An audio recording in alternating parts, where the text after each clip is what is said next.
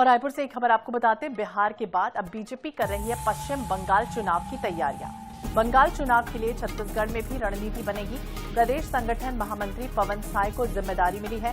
सप्ताह भर से पश्चिम बंगाल में बैठक ले रहे हैं पवन साय और अब प्रदेश के अन्य नेताओं की भी बाकायदा ड्यूटी लगाई जाएगी। तो बिहार चुनाव के बाद अब पश्चिम बंगाल की बारी और यही वजह है कि अब तमाम नेता दिग्गज अब चुनाव की तैयारियों में जुट रहे हैं। ज्यादा जानकारी के लिए लगातार हमारे सहयोगी विशेष संवाददाता गौरव शर्मा हमारे साथ जुड़े हुए हैं। गौरव, क्या जानकारी, क्योंकि अब प्रदेश के अन्य नेताओं की भी ड्यूटी लगना शुरू होगी।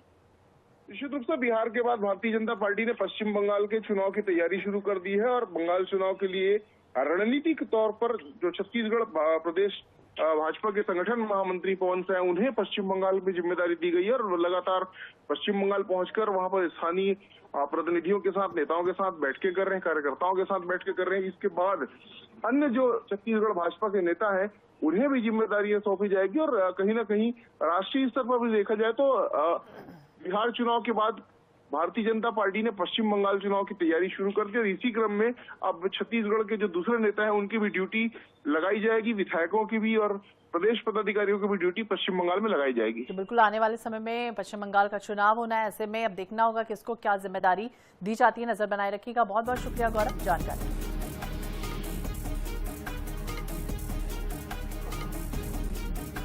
तो सप्ताह भर से पश्चिम बंगाल में तमाम जो बैठकों का सिलसिला है वो शुरू हो चुका है और ऐसे में अब प्रदेश के अन्य नेताओं को भी बाकायदा वो जिम्मेदारी दी जाएगी कि वो आने वाले समय के लिए चुनाव के लिए तैयारियों के लिए अब जुट जाएं। तो प्रदेश संगठन महामंत्री पवन साय को ये जिम्मेदारी मिली। इसके पहले भी आपको याद होगा लगातार सप्ताह भर से बैठक ले रहे हैं और अब दूसरे नेताओं की भी ड्यूटी लगाई जाएगी।